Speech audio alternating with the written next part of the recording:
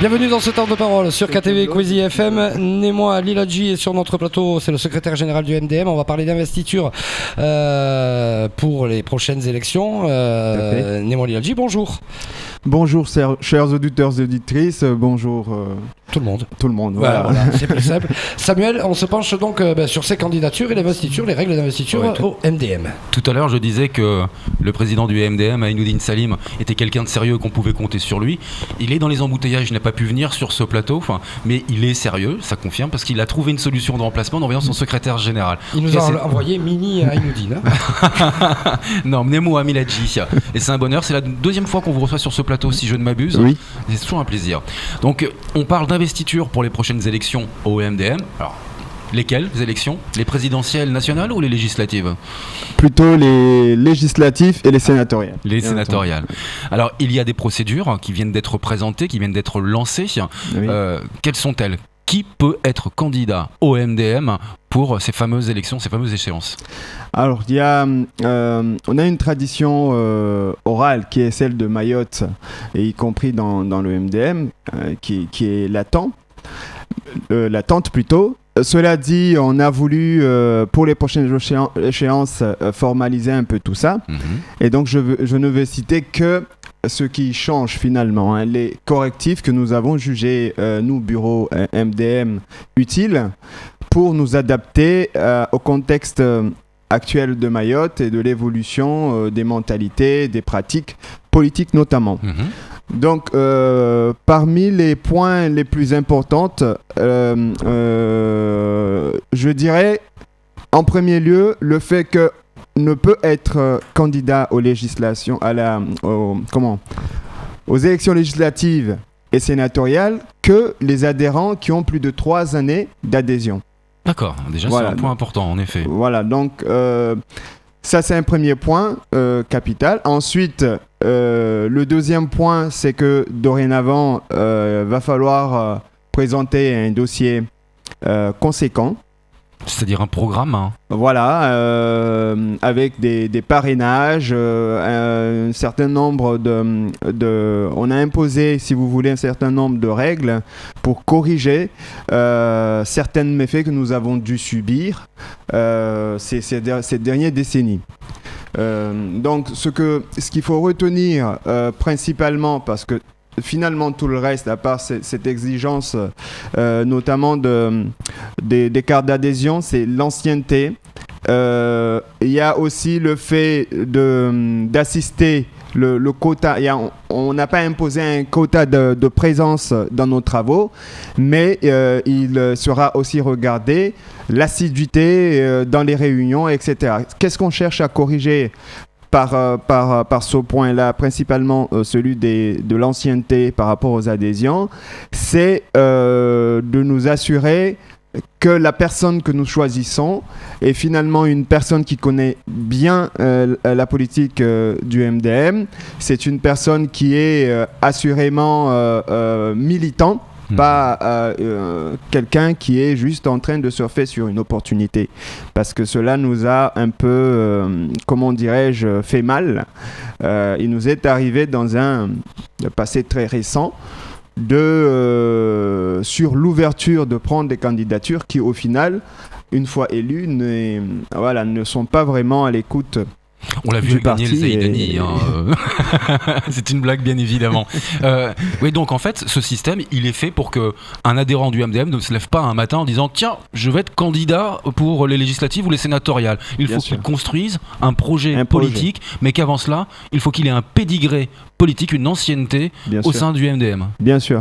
C'est la seule garantie, quelque part morale, que nous pouvons avoir par rapport à son affiliation, comment dirais-je ça, son amour du parti.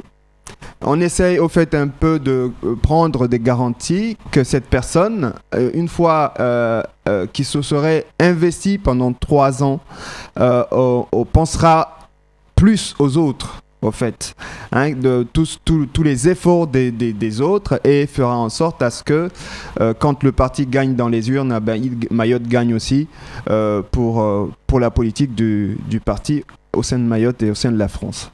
Oh, ouais, moi j'ai une petite question. Vous avez dit vous mettez des règles en place, hein, notamment les parrainages. Factuellement, ça va se passer comment les parrainages? Ils devront obtenir combien de parrainages et de la part de qui? Alors les parrainages, dans un premier temps, nous considérons que, notamment aux législatives, les candidats qui souhaitent aller aux législatives doivent s'assurer des parrainages des présidents de cellules. C'est vraiment les parrainages qui vont compter le plus.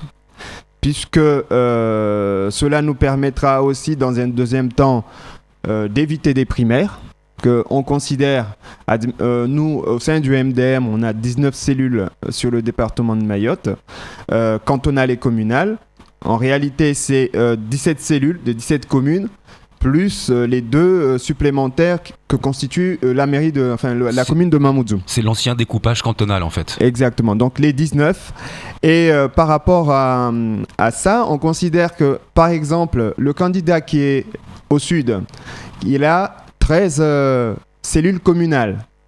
S'il nous amène 7 parrainages de 7 présidents de cellules, ça pourrait peser suffisamment pour qu'on ne soit pas forcément obligé d'aller dans des primaires qui très souvent sont plus des bombes à retardement qu'autre chose.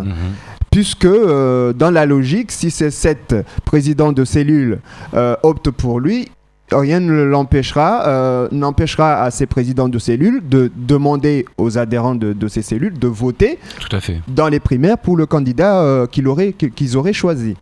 Donc voilà un peu l'optique, mais c'est aussi pour permettre aux candidats déjà d'être sur le terrain, de se chercher des partenariats, à commencer par leur propre camp. C'est-à-dire, les présidents de cellules sont des gens qui sont entourés et encadrés par un bureau, comme celui du parti, donc le bureau départemental.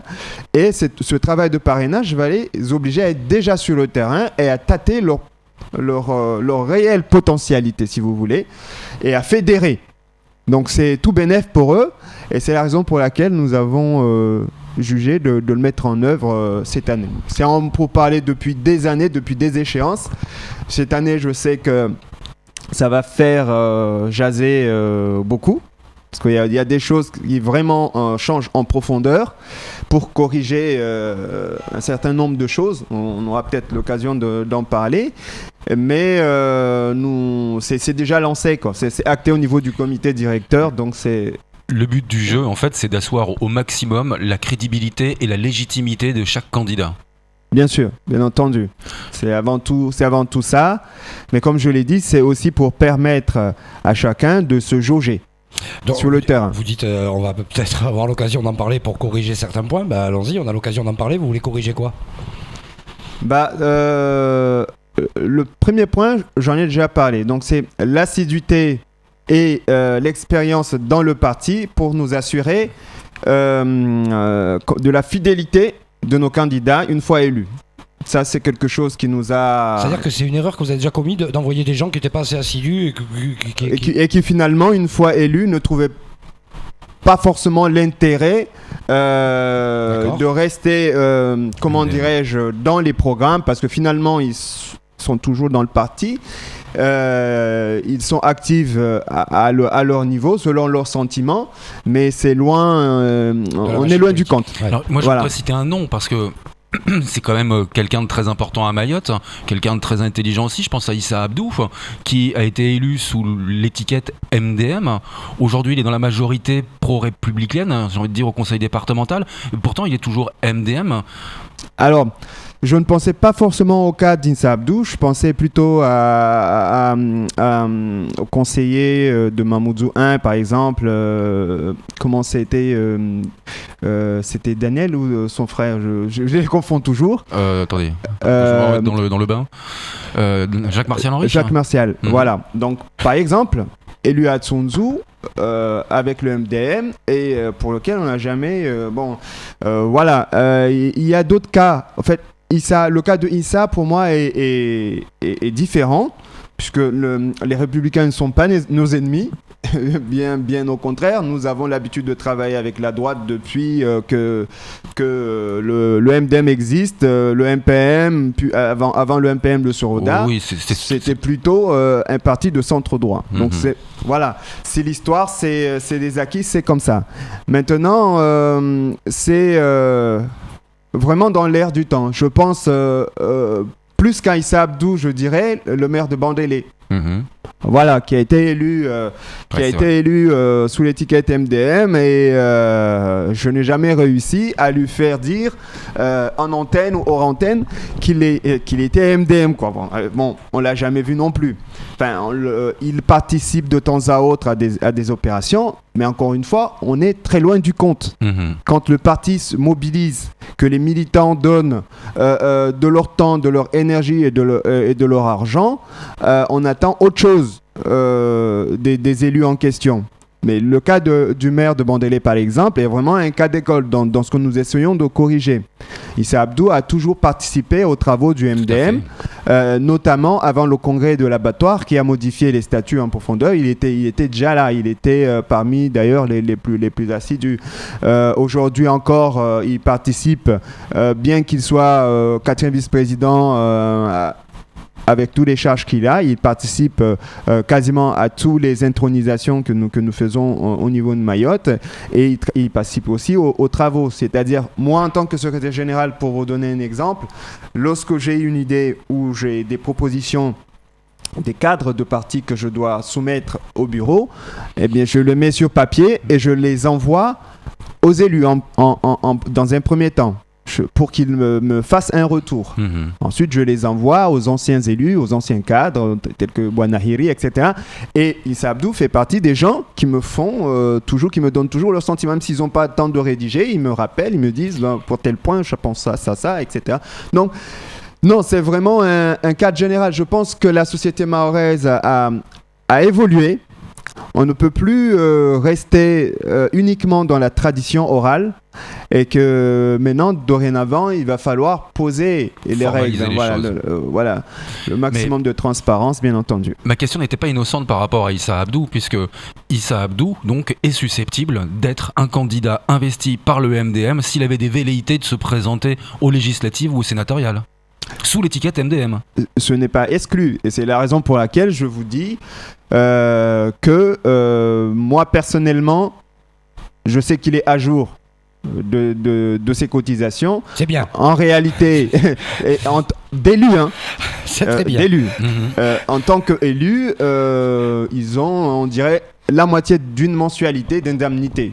Ce n'est pas rien. Il a toujours été parmi les premiers à les donner, alors que vous me signalez qu'il est dans la majorité pro-républicaine, etc. Ça ne l'a jamais empêché. Il le dit, il a été, comment dirais-je, dans le temps, les temps durs que nous avons passés juste après l'élection du président. Il a toujours été là pour exprimer son sentiment, dire pourquoi il avait pris cette position-là. Ouais. Donc voilà, c'est pas... Soit dit en passant, vous pouvez avoir un sacré lot de jolis poulains. Je pense à Issa Abdou, je pense à Daniel Zaïdani, je pense à Ali Ben Mohamed, à un Ibrahim Bouanahiri, pourquoi pas, qui reviendrait. Il y en a beaucoup d'autres. Le MDM, c'est un foyer de cadors quand même, politique, à Mayotte. Oui, puisque nous avons la chance de faire partie du plus ancien parti de l'île, il faut dire les choses telles qu'ils sont, du vivier politique de l'île. Il faut le reconnaître aussi, que tous les autres partis sont venus bien après et sont venus puiser dans ce gisement qui s'appelait Soroda, MPM et MDM, y compris les Républicains. Et ça ne s'est pas arrêté. Nous essayons de trouver des solutions pour stopper cette hémorragie, puisque nous sentons avoir la responsabilité du travail de nos aïeux. Et Mayotte aujourd'hui le prouve, puisque nous avons eu l'expérience très récente d'expérimenter le tout gouvernement droite et le tout gouvernement gauche, c'est-à-dire des élus qui seraient de la droite ou de la gauche et qui auraient les relais espérés dans la logique au niveau de Paris. Et pourtant, Mayotte n'a jamais été aussi mal. C'est pas vous qui allez me contredire. Pas faux. Voilà. Donc, ce n'est pas vrai qu'il faut forcément être du parti national pour avancer. Je considère que nos aïeux, Marcel Henry, Feu Zoubert, Adrien Giraud, ont fait quelque chose d'absolument extraordinaire. C'est de réussir dans le contexte géopolitique qu'ils ont vécu dans leur temps, avec les oppositions qu'ils avaient en face, à faire de Mayotte un département. Ça, c'est quelque chose de juridiquement hautement technique. Or, ils ont réussi. Et nous, aujourd'hui, on est dans le droit commun, tout est écrit, on n'a qu'à appliquer et on n'y arrive pas. Donc, je pense qu'il faut se reposer les bonnes questions. Le MDM doit assurer la continuité du travail des aïeux dans le développement de Mayotte, et ce n'est pas forcément en étant dans une posture où on va quémander au lieu de demander que le droit s'applique, qu'on va obtenir les choses. Merci beaucoup Nemo Aliladji, secrétaire général du MDM. Vous l'avez compris, le MDM, c'est parti pour les élections. Tout de suite à la suite de nos programmes.